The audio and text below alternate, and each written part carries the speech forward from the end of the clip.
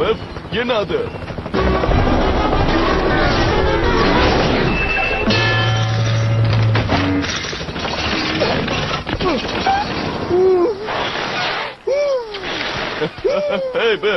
இந்த போட்டியை பார்த்துட்டு இருக்கிற எல்லா மக்களுக்கும் அந்த பூனையை ரொம்ப பிடிச்சிருக்கு போல இருக்கு.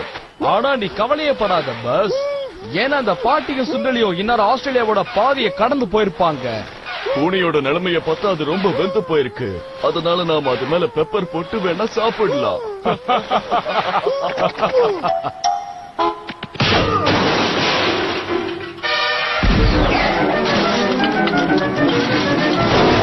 விடாம போராடுறவங்களை பார்த்தாலே எனக்கு ஒரு உற்சாகம் வந்துடும்.